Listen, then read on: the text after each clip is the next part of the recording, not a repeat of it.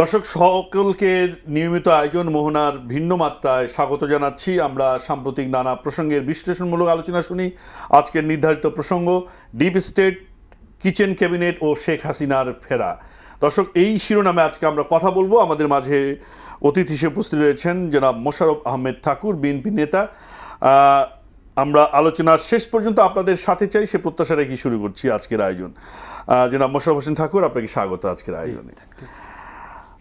কথা বলতে চাই, আজকে একটি সংবাদ এসছে এবং পত্রপত্রিকাও রিপোর্ট হয়েছে, বেশ কতগুলো গুরুত্বপূর্ণ প্রসঙ্গ সংবাদ আকারে এসছে।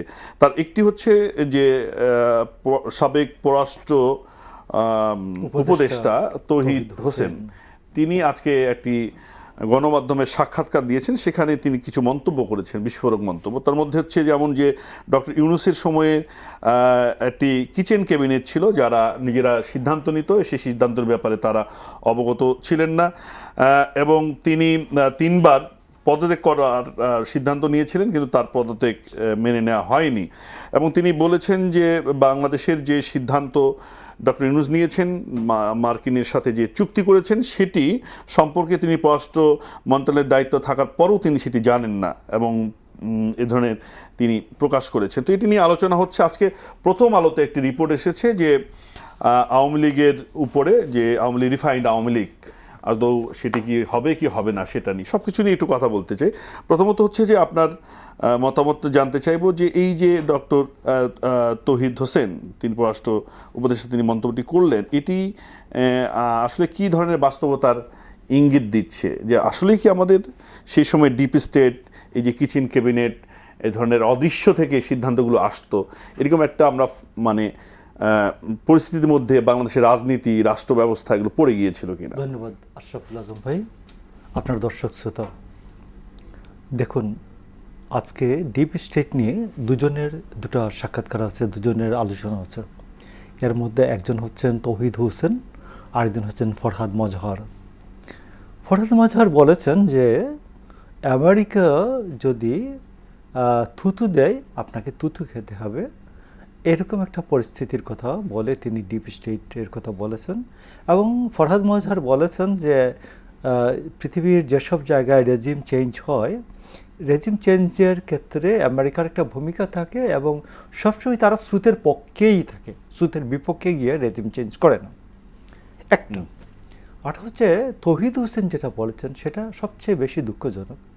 তৌহিদ হোসেন এমনি সজ্জন মানুষ, লেখালেখি করেন, তো সব মিলিয়ে তৌহিদ হোসেন যেটা বললেন আজকে, সেটা হচ্ছে তিনি বলেছেন যে প্রতি মঙ্গলবার কিচেন ক্যাবিনেটের একটা মিটিং হতো ডক্টর ইউনূসের হেয়ার রোডের যমুনায়।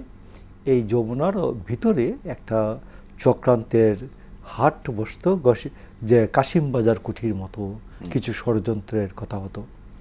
এবং কাশিম বাজার কুঠি, উনি এই শব্দটা উচ্চারণ করেন, উনি বলেন না, আমি বললাম আর কি, কাশিম বাজার কুঠির মতো ষড়যন্ত্রের জাল যেখানে বিস্তৃত হয়, ষড়যন্ত্রের জাল যেখানে বোনা হয়, আমরা সেটাকেই কাশিম বাজার কুঠি। কাশিম বাজার কুঠি তো বেসিক্যালি এখন একটা উপমা হয়ে গেছে।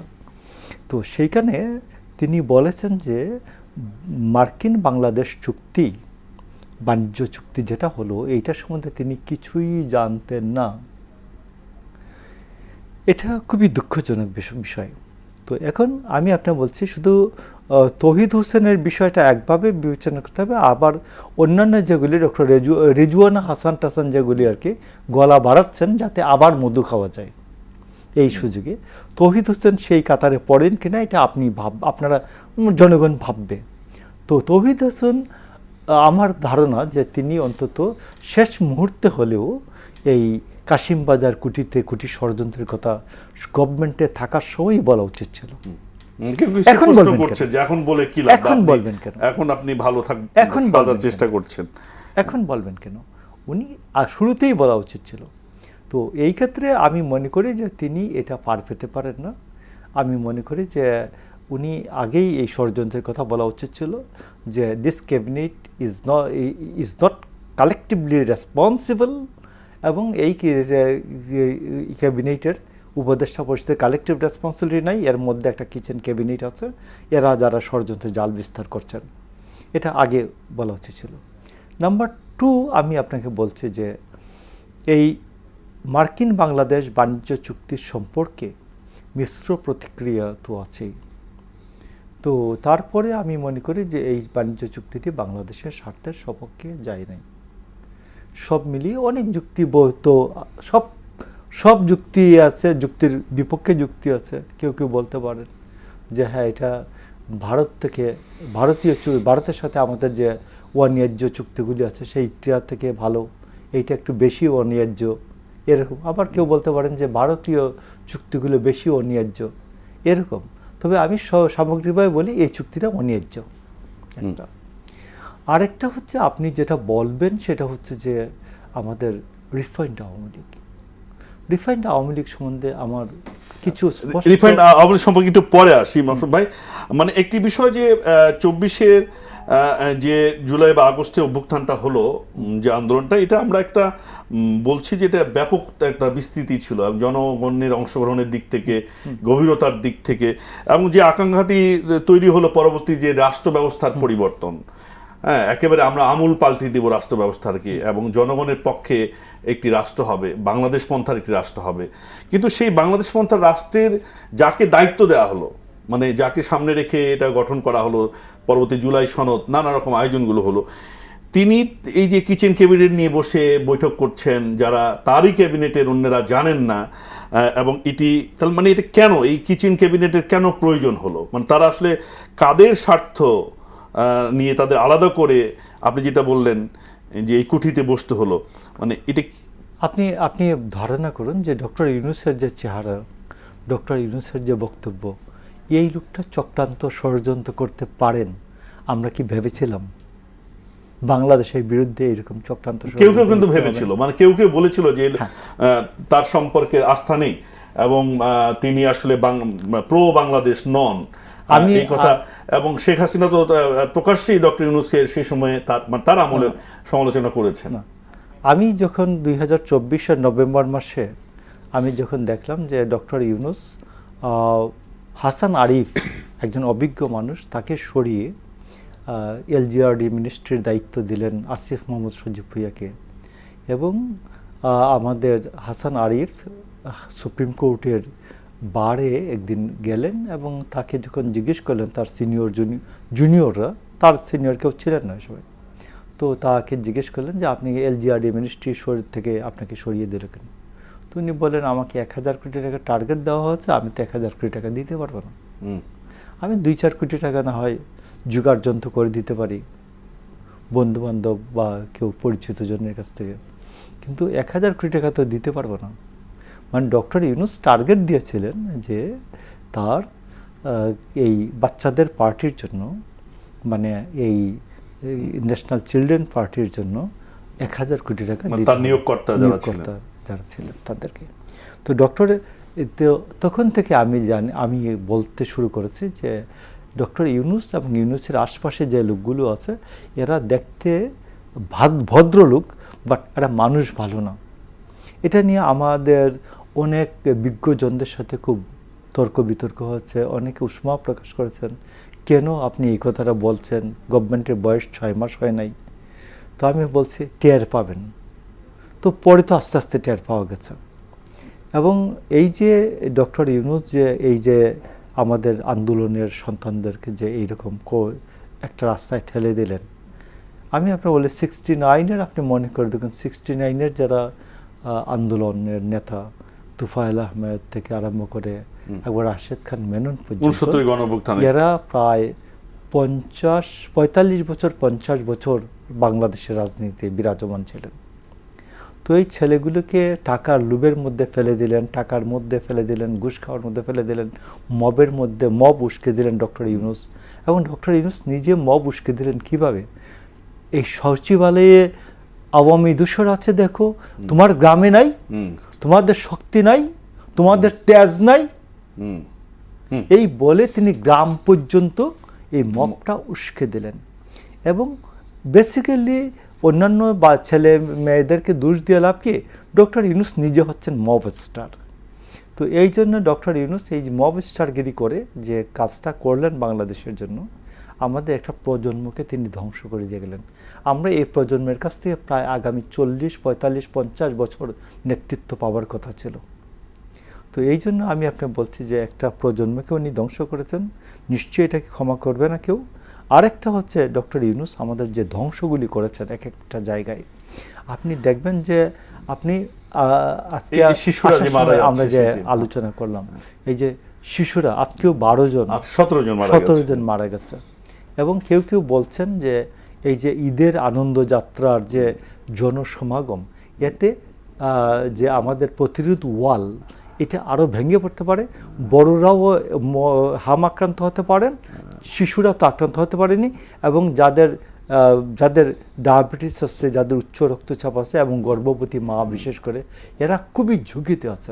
মানে হামের মাত্রাটা বাড়তে পারে, হামের এই যে মাত্রাটা ঈদের যে বহুগুণে বেড়ে যেতে চলাচল পারে, হচ্ছে তার বহুগুণে প্রেক্ষিতে। বেড়ে যেতে পারে।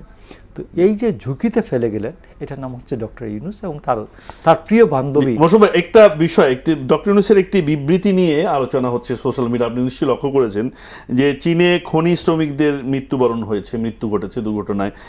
তিনি চীনের যে প্রধানমন্ত্রী তার উদ্দেশ্যে, প্রেসিডেন্টের উদ্দেশ্যে তিনি কিন্তু একটা শোক বার্তা পাঠিয়েছেন।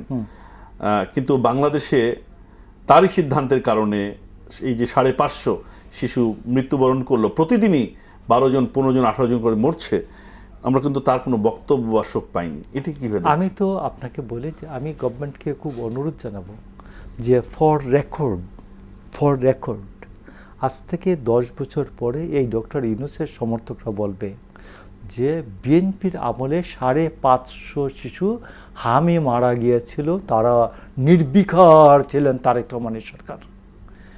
এইটাকে অন্তত রোধ করার জন্য, এটার বিরুদ্ধে একটা সাক্ষী হিসাবে দাঁড় করানোর জন্য হলেও ডক্টর ইউনূসের বিরুদ্ধে এই বিষয় নিয়ে একটি মামলা হওয়া দরকার, একটা পিটিশন। এটা অনেকেই বলছেন, কিন্তু সেই মামলাটা তো কেউ করছে না বা হচ্ছে না। করবেন বিএনপি থেকে এত হাজার কর্মী, যে কেউ না কেউ এটা করা উচিত। একটা টোটাল ঘটনাটাকে বিস্তৃত করে যে ইউনিসেফের প্রধানের যে বক্তব্য, অন্যান্যদের যে বক্তব্য, আমি জানি একটা রিট করা হয়েছিল যে এই উপদেষ্টাদের কেউ যেন দেশের বাইরে যেতে না পারেন, একজন রিট করেছিলেন এই হামের প্রসঙ্গ তুলে। এই রিটটার আমরা জানি না ভবিষ্যৎ কি, মানে শুনানি কি হয়েছে কিনা।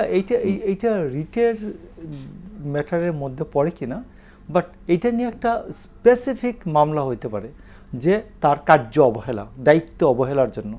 অবহেলা, যে দায়িত্ব অবহেলার একটা পেনাল কোডের সেকশন আছে, ওই সেকশনটাতে মামলা হতে পারে যে তিনি দায়িত্ব অবহেলা করেছেন।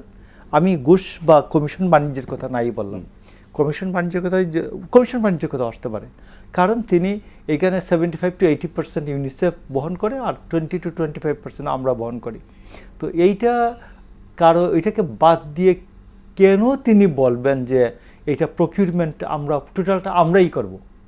এই কমিশনের যে বাণিজ্য মানেই তো কমিশন, ক্রয় কেনাকাটা মানে ডক্টর ইউনূস তো কেনাকাটা খুব ভালো বুঝতেন। 6 থেকে 7 বার চিঠি দিয়েছে, চিঠি দিয়ে অনুরোধ করেছে যে এরকম সিদ্ধান্ত নেবেন না, ফর দ্য গডস সেক, যে আল্লাহর ওয়াস্তে দয়া করে আপনারা এরকম সিদ্ধান্ত নেবেন না, মহা বিপদে পড়বেন। তো এইটা কেন করলেন না, এটার জন্য একটা মামলা হওয়া উচিত।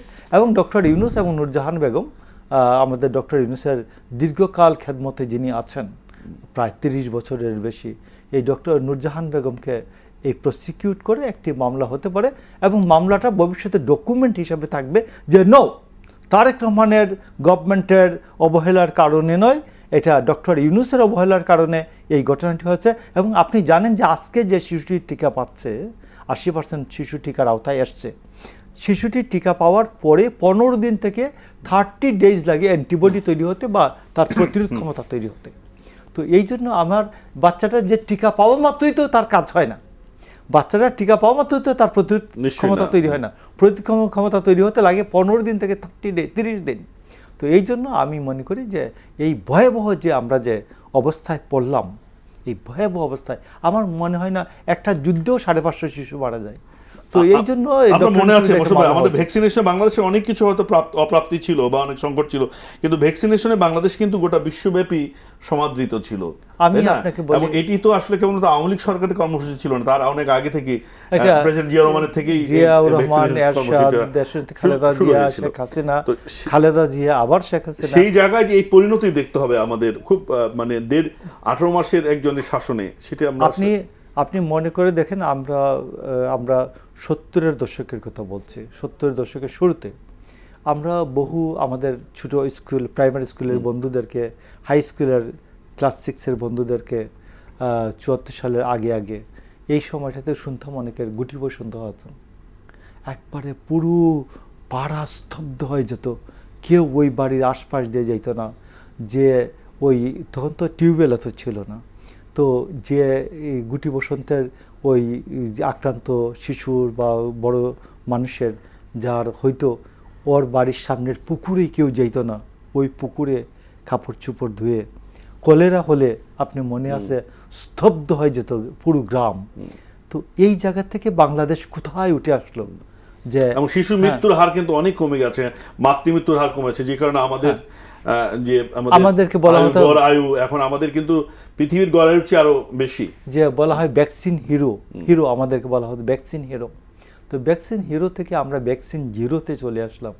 এইটার দায়িত্ব তো ডক্টর ইউনূসকে নিতেই হবে।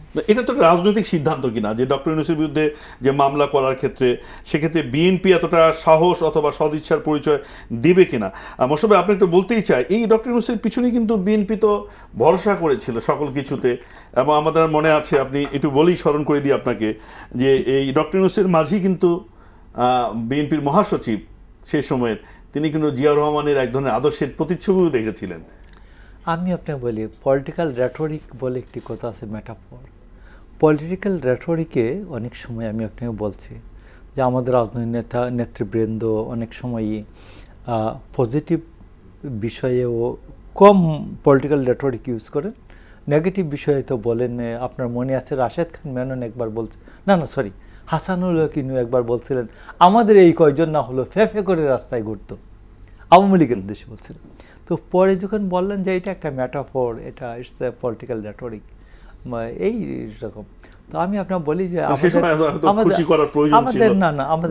খুশি করার প্রয়োজন না, বেসিক্যালি আমরা অনেক সময় যে কোনো বন্ধু বান্ধবের পাশে কোনো কারো আতিথ্যে মুগ্ধ হয়ে এতটাই বলি, একটু বেশি বলে ফেলি আর কি। এটা এরকম যে এটা political rhetoric, one type of political rhetoric. I should say আমাদের বিএনপির মহাসচিব বেসিক্যালি উনি ছাত্র জীবনে খুব কবিতা আবৃত্তি করতেন, কবিতা লিখতেন, নাটকে অভিনয় করতেন, এবং একসময় ছাত্র ইউনিয়নের তিনি ঢাকা বিশ্ববিদ্যালয়ের প্রেসিডেন্ট ছিলেন, এবং একটা খুব সাংস্কৃতিক পরিবেশে উনি বেড়ে উঠেছেন।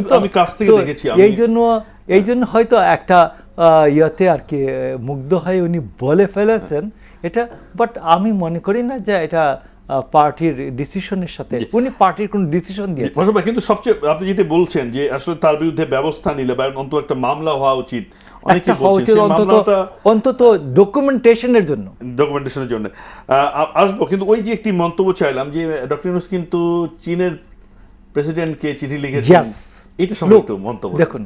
খনি শ্রমিকদের মৃত্যুজনিত কারণে তিনি চিঠি দিতে পারেন, বিবৃতি দিতে পারেন সাবেক অ্যাডভাইজার হিসাবে, কিন্তু 550 শিশু মৃত্যু আপনি দেখবেন, এই কথাটা বলার সাথে সাথে জামাতের যদি কেউ থাকে তো সে তেলেবেগুনে জেলে উঠবে, বলবে একটা সংক্রামক ব্যাধি, এইটা নিয়ে আপনি ডক্টর ইউনূসকে দায়ী করছেন কেন? এনসিপির কেউ থাকলে দেখবেন এটা নিয়ে সে তেলেবেগুনে জেলে উঠে যায়, না ডক্টর ইউনূসকে এটার জন্য দায়ী করছেন কেন? তো আমার আইডিয়া এইটা, এই তেলেবেগুনে জ্বলে ওঠাটা প্রমাণ করে যে এনসিপি ডক্টর ইউনূসের আন্দারে ছিলেন, যমুনার আন্দারে, আমাদের স্বরাষ্ট্রমন্ত্রী বলেছিলেন যমুনার ভিতরে ছিলেন, আর কেউ যমুনার কিনারে ছিলেন, জামাত ছিলেন যমুনার কিনারে। তো এই যে বেসিক্যালি ডক্টর ইউনূস তো এনসিপি এবং জামাতের রাজত্বটাই তিনি এনশিওর করেছিলেন, এবং যাই হোক বিএনপি অত্যন্ত কৌশলের সাথে একটা সুষ্ঠু নির্বাচন করতে পেরেছে। তো আমি মনে করি যে এই নির্বাচনটাতে যদি অন্যান্য রাজনৈতিক দলগুলিও থাকতো, জাতীয় পার্টির মতো অন্যান্য রাজনৈতিক দলগুলিও থাকতো, আমি মনে করি অনেক ভালো হতো। এবং আমি আপনাকে বলি যে আওয়ামী লীগের, জাতীয় পার্টি কথা বলছেন, আওয়ামী লীগের অনেকের সাথে আমার কথা হচ্ছে, এই পর্যন্ত অনেকের সাথে কথা হয়। আমি সারা দেশে 50টির মতো ছাত্র দলে থাকতে আমি 50টির মতো জেলায় সফর করেছি এবং সম্মেলন করার সৌভাগ্য হচ্ছে। এবং আমাদের এরশাদের সময় আমরা যখন জেলাগুলিতে যাইতাম তখন বাকশাল ছাত্রলীগ, জাতীয় ছাত্রলীগ, তারপর আওয়ামী লীগের ছাত্রলীগ, জাসদ ছাত্রলীগ, এরা সবাই একসাথে আসতেন, সবাই কথাবার্তা বলতো, বিকেলে ছাত্র সংস্কৃতি ছিল, এক ধরনের কালচার ছিল। আমি শেষ দিকে 88-এর পরে যখন 22টি ছাত্র সংগঠন হলো, সর্বদলীয় ছাত্র ঐক্য, তখনও আমি গিয়েছে অনেক জেলায়, অনেক অনেক অনেক অনেক নেতাদের সাথে, ছাত্রলীগের নেতাদের সাথে আমার পরিচয় আছে। তো তারাও বলেন যে শেখ হাসিনা আমলে যে দুর্ঘটনাটি হয়েছে এইটা অতি সহজে এই দাগটা যাবে না, ন্যাশনাল মেমোরি থেকে এটা যাবে না। তো ন্যাশনাল মেমোরি থেকে এটা দূর হওয়ার একটা মাত্র ব্যবস্থা আছে এই মুহূর্তে।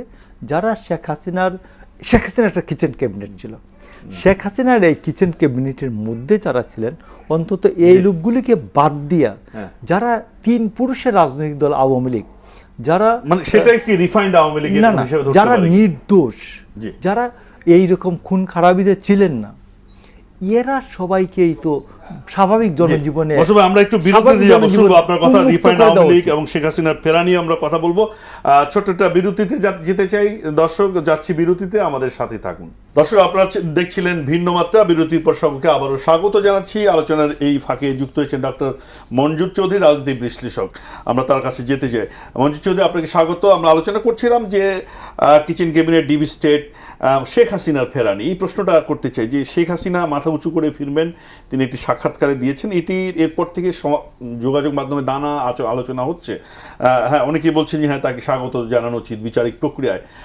সেটি এই শেখ হাসিনা দেশে ফিরতে পারেন বা ফিরবেন, এর সম্ভাবনা কতটুকু আপনি দেখেন, বা তিনি আদৌ কি ফিরতে পারবেন কিনা, ফিরলে কিভাবে ফিরবেন, কিভাবে দেখছেন এই পরিস্থিতিকে?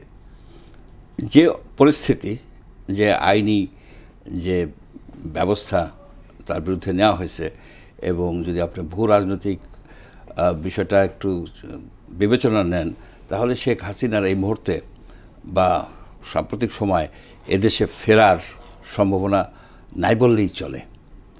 নাই, একেবারেই নাই। এগুলি উনি বলছেন এবং ওনার সাথের লোকজন প্রায় বলে, আমি তো শুনি যে ওই আমরা অগাস্টে চলে আসতেছি, নভেম্বরে চলে আসতেছি, তোমরা একটু ধৈর্য ধরো। এইটা বলে উনি ওনার যারা ফলোয়ার আছে তাদেরকে আশ্বস্ত করেন যে তারা যেন হতাশ না হয়ে যায়। কিন্তু যে পরিস্থিতি হয়েছে, এর ফলে ওনার আসার সম্ভাবনা নেই। আওয়ামী লীগের আসার সম্ভাবনা তখনই হবে যখন আওয়ামী লীগ নতুন করে তাদের কমিটি করবে, নতুন করে রিফর্মড হবে। সেই অবস্থায় আওয়ামী লীগ হয়তো রিফর্ম মানে কি শেখ হাসিনা মাইনাস আওয়ামী লীগ, মানে আমি শেখ হাসিনা মাইনাস বলতেছি না, আমি বলতেছি রিফর্মড হইতে হবে। কারণ বর্তমানে যে কমিটিগুলি আছে, এই কমিটিগুলি তো অ্যাকচুয়ালি রাজনৈতিকভাবে হয় নাই। যেমন ধরেন আপনার যুবলীগের যে কমিটিগুলি, এগুলি কিনছে। এখন এটা তো সবগুলি কমিটি কিন্তু কিনা, 25 লাখ 30 লাখ টাকা দিয়ে কমিটি কিনছে। সুতরাং এগুলিকে রাজনৈতিক নেতৃত্ব বলা যায় না। সুতরাং করতে হবে যে নতুনভাবে রাজনৈতিক যারা আছেন, রিফাইন্ড আওয়ামী লীগেও তো আসলে কোনো অগ্রগতি আমরা দেখছি না, বা মূল নেতৃত্ব সেটা রাজি নয়। শেখ হাসিনাকে সেই জন্যই তারা আসতে পারবে না, সেই জন্যই তাদের আসার পথটা সুগম হবে না। যদি আওয়ামী লীগের, আমি শেখ হাসিনার কথা বলছি না, আওয়ামী লীগের যদি বাংলাদেশের রাজনীতিতে আবারও আসতে হয়। মঞ্জু ভাই, বাংলাদেশের রাজনীতিতে ডিপ স্টেটের একটা প্রভাব আছে, ছিল এবং ভবিষ্যতেও থাকবে বলা হচ্ছে। আমরা দেখেছি 24 যে আগস্টের আন্দোলন, সেখানেও ডিপ স্টেটের প্রভাব ছিল। এখন প্রকাশ্যে অনেকে বলছেন, আমাদের যে তৌহিদ হোসেন তিনি বললেন যে কিচেন ক্যাবিনেট তারা সিদ্ধান্ত নিত, বা এই যে চুক্তি হলে আমেরিকার সাথে, যদি এমন হয় যে এই যে ডিপ স্টেটকে যদি শেখ হাসিনা ম্যানেজ করে ফেলেন তার পক্ষে এবং ছাড় দিয়ে, যেটি তিনি বলেছিলেন যে আমি ছাড় দেইনি বলে আমাকে ক্ষমতা রাখানো হচ্ছে না, সেই জায়গায় আবার এটি মানে ঘুরে যেতে পারে কিনা, কেউ ওই প্রশ্ন করছেন। ডিপ স্টেট সহজে ঘুরে না, তাদের একটা লং টার্ম প্ল্যান থাকে। সে প্ল্যানের অংশ হিসেবেই ইউনুসকে প্রতিস্থাপিত করা হয়েছে। ইউনুস এখনও প্রতিস্থাপিতই আছেন। ইউনুস তার যে 2 প্রতিনিধি এই যে সরকারের ভিতরে, 2 ফরেন বডি, এই যে আপনার খলিলুর রহমান এবং আশিক, এই দুজন কিন্তু আছে। এই দুজন আছে গার্ড ডগ হিসেবে, অর্থাৎ যে ডিপ স্টেটের সাথে যে চুক্তিটা করে গেল উনি, সেই চুক্তি যেন অক্ষরে অক্ষরে পালিত হয়, সেই বিষয়টাই আছে। সুতরাং ডিপ স্টেটকে উনি ম্যানেজ করতে পারবে না, পারা সম্ভব না, ওনাদের সেই অবস্থা এখন আর নাই।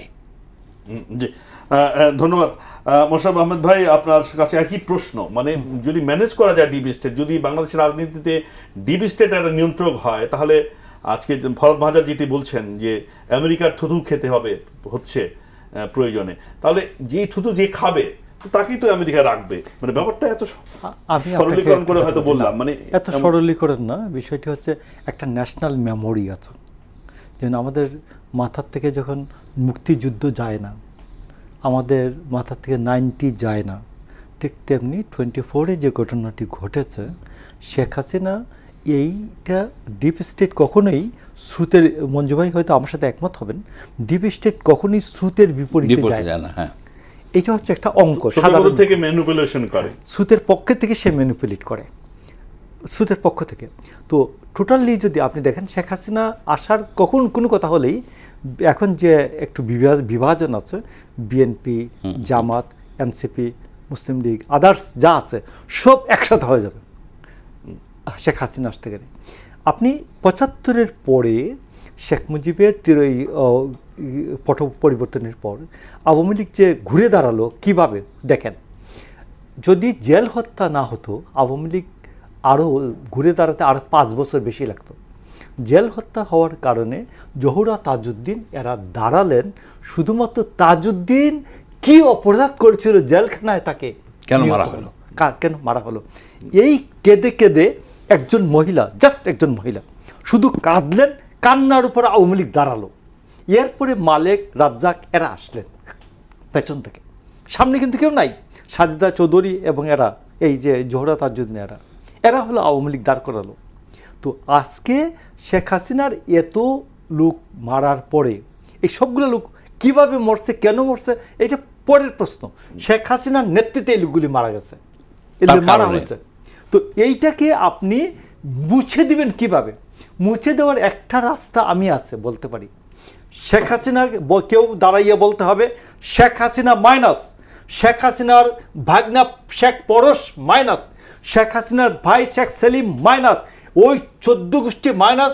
আমরা 3 পুরুষ ধরে আওয়ামী লীগ করি, আমরা কোনোদিন কোনো সুবিধা গ্রহণ করি নাই, আসুন আমরা আওয়ামী লীগ করতে চাই, আমাদেরকে স্পেস দেন।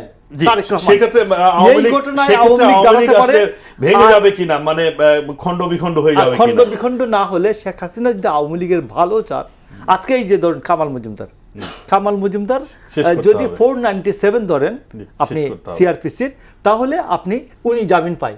আজকে এই লোকটা যে শিল্প প্রতিমন্ত্রী থাকায় সে বলছে যে সারা দেশে বাংলাদেশে চলছে, এই যে সমালোচনা করেছেন দলের।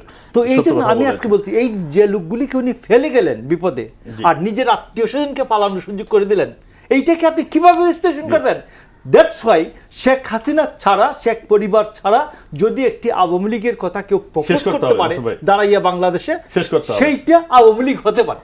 মোশাররফ আহমেদ ঠাকুর ভাই ধন্যবাদ, এবং ডক্টর মঞ্জুর চৌধুরী আপনাকে অসংখ্য ধন্যবাদ জানিয়ে শেষ করছি। দর্শক যারা ছিলেন শুনেছেন সকলকে ধন্যবাদ জানিয়ে শেষ করছি। সকলে ভালো থাকুন, শুভরাত্রি।